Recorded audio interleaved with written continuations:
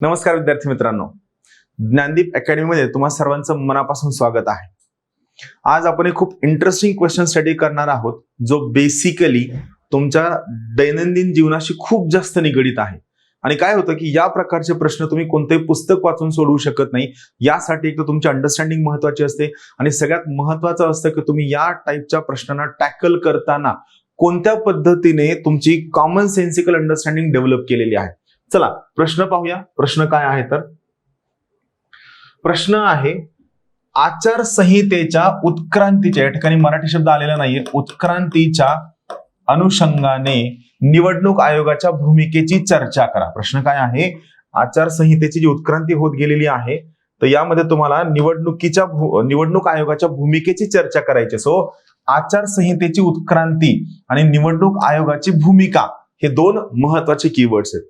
English मध्ये प्रश्न तुम्हाला सांगतो, discuss the role of election commission of India in the light of evolution of the model code of conduct.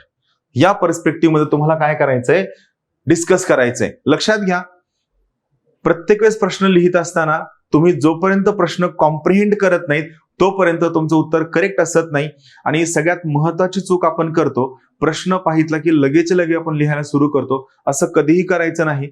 त्या ठिकाणी प्रश्न वाचून झाल्यानंतर त्या प्रश्नाला अर्धा एक मिनिट द्यायचा. त्या प्रश्नाचं स्ट्रक्चर काय असावं, लोकस काय असावा, फोकस काय असावा, इंट्रोडक्शन काय असायला हवं, या सगळ्या घटकांवर तुम्ही काम करायचंय आणि त्यानंतर तुम्ही त्या उत्तरापर्यंत पोहोचायचंय. प्रश्नाचं उत्तर लिहिण्याची घाई करणं म्हणजे सरळ सरळ चुकीचं उत्तर लिहिणं असा त्याचा अर्थ होतो. चला यात काय उत्तर असायला आपण समजून घेऊया.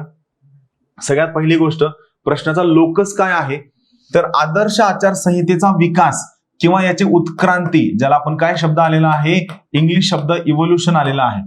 आणखीन एक तुम्हाला सांगतो, युपीएससी असेल किंवा एमपीएससी असेल, या सगळ्या आयोगांचं म्हणणं असतं की जेव्हा कधी तुम्हाला रिजनल लँग्वेज मधील प्रश्न आणि इंग्लिश मधील प्रश्न या दोघांमध्ये कुठेही कन्फ्युजन वाटत असेल तर आयोगाचे स्ट्रिक्ट नियम आहेत, इंग्लिश मधला प्रश्न ग्राह्य धरला जाईल.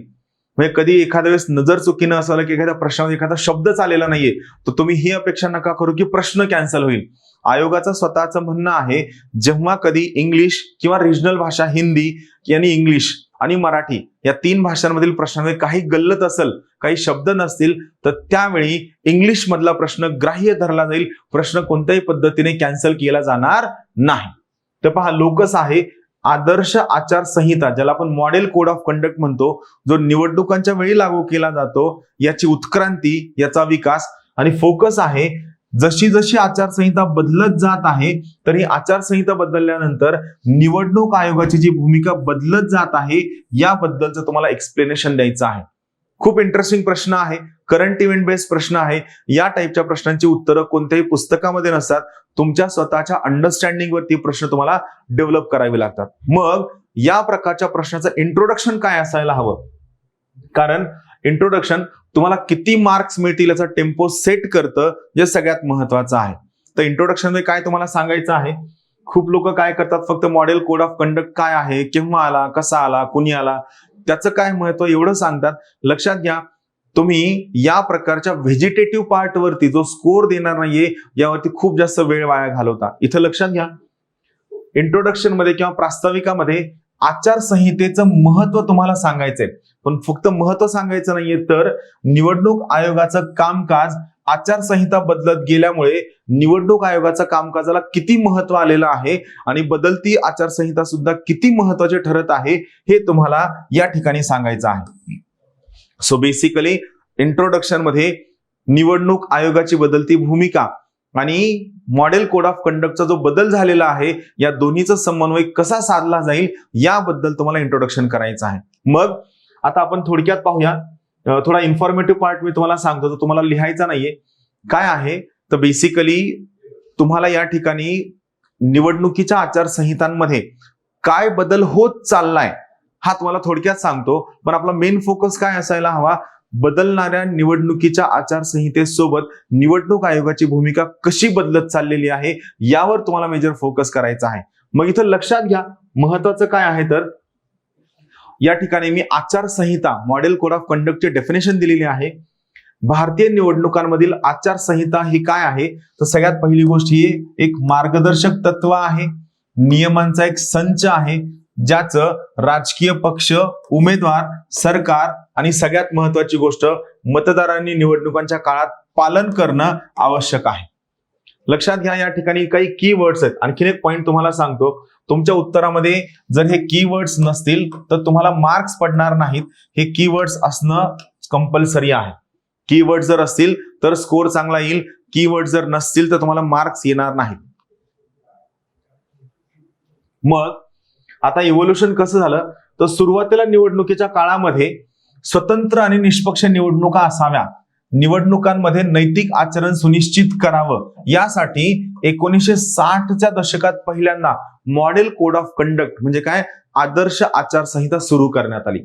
सुरुवातीला कायदा आणि सुव्यवस्था राखणे, निवडणुकीसाठी सरकारी यंत्रणांचा गैरवापर रोखणे, जातीय किंवा जातीनिहाय अपील रोखणे, या सगळ्या मुद्द्यांकडे लक्ष देण्यात आलं. म्हणजे सुरुवातीला जे टॉपिक होते, जे 60च्या दशकामध्ये होते, हळूहळू या टॉपिकमध्ये बदल झाला, कारण आपल्या निवडणुकांमध्ये मनी पॉवर, मसल पॉवर, खूप सगळ्या नकारात्मक गोष्टी ऍड झाल्या आणि यामुळे आपल्याला आचारसंहितेत बदल करावा लागला. आणि आचारसंहितेमध्ये बदल केल्यानंतर निवडणुकीच्या भूमिकेमध्ये सुद्धा, आयोगाची भूमिका सुद्धा बदल करण्यात आली. त्यानंतर या मॉडेल कोड ऑफ कंडक्टचा स्कोप वाढविण्यात आला, याची व्याप्ती वाढविण्यात आली. यामध्ये 80 आणि 90चं दशक खूप महत्वाचं ठरतं, कारण या दशकामध्ये हळूहळू एक पक्षीय सरकारकडनं आघाड्यांचं सरकार यायला सुरू झालं. वेगवेगळ्या राज्यांमध्ये सुद्धा काँग्रेसच्या व्यतिरिक्त सरकारांचा समावेश व्हायला सुरू झाला. मग यामध्ये प्रचारांमधील मार्गदर्शक तत्व, भाषणं, आश्वासनं, खर्चाची मर्यादा, सरकारी साधन संपत्तीचा वापर, यावर विशेष करून निवडणूक आयोगाने लक्ष देऊन याची आचारसंहिता बनविली. 2000 नंतर मीडिया आणि सोशल मीडिया यांचा वापर सुरू झाला. त्यानंतर पर्यावरण विषयक प्रश्नांचा सुद्धा यामध्ये खूप मोठ्या प्रमाणामध्ये आचारसंहितेत समावेश करण्यात आला. पर्यावरणपूरक मोहीम असेल, ध्वनिक्षेपकांचा भौतिक वापर असेल, या सगळ्यांवर सुद्धा निवडणूक आयोगाने आदर्श आचारसंहितेच्या मार्फत बंधनं टाकण्यासाठी सुरुवात केली. मग 2010 पासून तुमच्या भाषणांमध्ये किंवा आदर्श आचारसंहितेमध्ये लैंगिक संवेदनशीलता म्हणजे जेंडर सेन्सिटिव्हवर सुद्धा खूप मोठ्या प्रमाणात भाष्य करण्यात आलं. 2010 पासून हेट स्पीच वर सुद्धा नियंत्रण करण्यात आलं. फेक न्यूजचं सुद्धा नियमन करण्यासाठी सुरू झालं. 2020च्या कोविड नंतर तर सगळ्यात महत्वाचा मुद्दा हा होता की निवडणुका निष्पक्ष होऊ शकतील का, निवडणुकांमध्ये काही धांदली होऊ शकेल का. या सगळ्यांमध्ये निवडणूक आयोगाची भूमिका एवढी महत्वाची होती की निवडणुकांमधला लोकांचा विश्वास कमी होता कामा नये. लोकांनी निष्पक्षपणे आरोग्याची काळजी घेऊन, त्या ठिकाणच्या सगळ्या हेल्थची काळजी घेऊन लोक निवडणुकांना यावे, यासाठी निवडणूक आयोगाला खूप मोठी भूमिका बजावावी लागली. मग आपला जो मेन फोकस आहे की जसं जसं मॉडेल कोड ऑफ कंडक्ट बदलत गेले तर निवडणूक आयोगाच्या भूमिकेत काय बदल व्हायला हवा, मी या ठिकाणी निवडणूक आयोगाने कशावर काम करायला हवं, काय काम करायला हवं, याबद्दल एक लिस्ट दिलेली आहे. या लिस्टला व्यवस्थित समजून घ्या. सगळ्यात पहिलं, निवडणूक आयोगाने सगळ्या घडामोडी आणि अपडेट्स बद्दल स्वतः अपडेट राहणं गरजेचं आहे. निवडणूक आयोगाची स्वतःची एक रिसर्च यंत्रणा असावी, ज्या यंत्रणेने आजूबाजूला काय घडलंय, राष्ट्रीय पातळीवरती, राज्य पातळीवरती, लोकल पातळीवरती, हे सरकारी यंत्रणांमार्फत सगळ्या घडामोडींबद्दल माहिती जाणून घेणं आणि स्वतः अपडेट राहणं गरजेचं आहे. दुसरं महत्वाचं होतं की सगळ्या स्टेक होल्डर्ससोबत सल्लामसलत करणं, चर्चा करणं, कन्सल्टेशन करणं. तिसरं महत्वाचं होतं निवडणुकांबद्दल शिक्षण आणि जनजागृती करणं. नवीन आलेल्या पिढीला, ज्यांना आदर्श आचारसंहिता पटत नाही, खूप सगळ्या ठिकाणी आदर्श आचारसंहितेचं उल्लंघन झालं की मग त्यांना निवडणुकांच्या शाश्वततेबाबत, सत्यतेबाबत कुठंतरी डाऊट निर्माण व्हायला सुरू होतो. तर हे होता कामा नये, यासाठी निवडणूक आयोगाने लोकांचा विश्वास सार्थ ठरविण्यासाठी शिक्षण, जनजागृती करणं, आदर्श आचारसंहितेची काटेकोर अंमलबजावणी करणं, वेगवेगळ्या क्षेत्रांमध्ये सल्लागाराची भूमिका बजावणं, नवीन तंत्रज्ञानाशी जुळवून घेणं, शिकणं, त्यावर काय बदल होऊ शकतो, याचा निवडणुकांमध्ये काय नकारात्मक परिणाम होऊ शकतो, हा अभ्यास करणं, निवडणुकांची पारदर्शकता टिकवून ठेवणं. कारण जर निवडणुका पारदर्शक नाहीयेत असं मतदाराला वाटलं तर त्याचा निराश होतो, त्याचा हिरमोड होतो, तो निवडणुकांकडे पाठ फिरवतं आणि ऑटोमॅटिकली आपल्या लोकशाहीचं जे बळकटीकरण आहे, ज्यात लोकसहभाग वाढायला हवा, तो कमी व्हायला सुरू होतो. पक्षपातीपणा न करणं, सातत्यपूर्ण सुधारणा करणं, त्यानंतर आदर्श आचारसंहितेचा विकास करणं, अंमलबजावणी आणि उत्क्रांती करणं हे महत्वाचं आहे. इथं बेसिक लक्षात घ्या, ज्यावेळेस आपण या प्रश्नाच्या कन्क्लुजनचा विचार करतो तर काय कन्क्लुजन असायला हवं, आदर्श आचारसंहितेचा विकास तर कंटिन्यू होत राहणार आहे, मात्र याची अंमलबजावणी करणं आणि हा विकास होत असताना या आदर्श आचारसंहितेच्या उत्क्रांतीमध्ये निवडणूक आयोगाची खूप महत्वाची भूमिका आहे, यावर त्यांनी काम करायला हवं. भारतीय लोकशाहीची मूल्य प्रतिष्ठा टिकवून ठेवण्यासाठी भारतातील निवडणुका निष्पक्ष असाव्या, पारदर्शक असाव्या आणि लोकशाही पद्धतीने पार पाडाव्यात, यासाठी बदलणाऱ्या आदर्श आचारसंहितेसोबत निवडणूक आयोगाची भूमिका खूप जास्त महत्वाची ठरते. कारण जर समजा निवडणूक आयोगाने स्वतःची भूमिका पक्षपातीपणाची केली तर तुमच्या लोकशाहीचा जो मूळ पाया आहे, पारदर्शक, निष्पक्ष, नियमित, वेळेवर व सर्व सहभागी होणाऱ्या निवडणुका, हा पाया जर मारला गेला तर तुमची लोकशाहीची मूल्य विखरायला सुरू होतात. थँक्यू.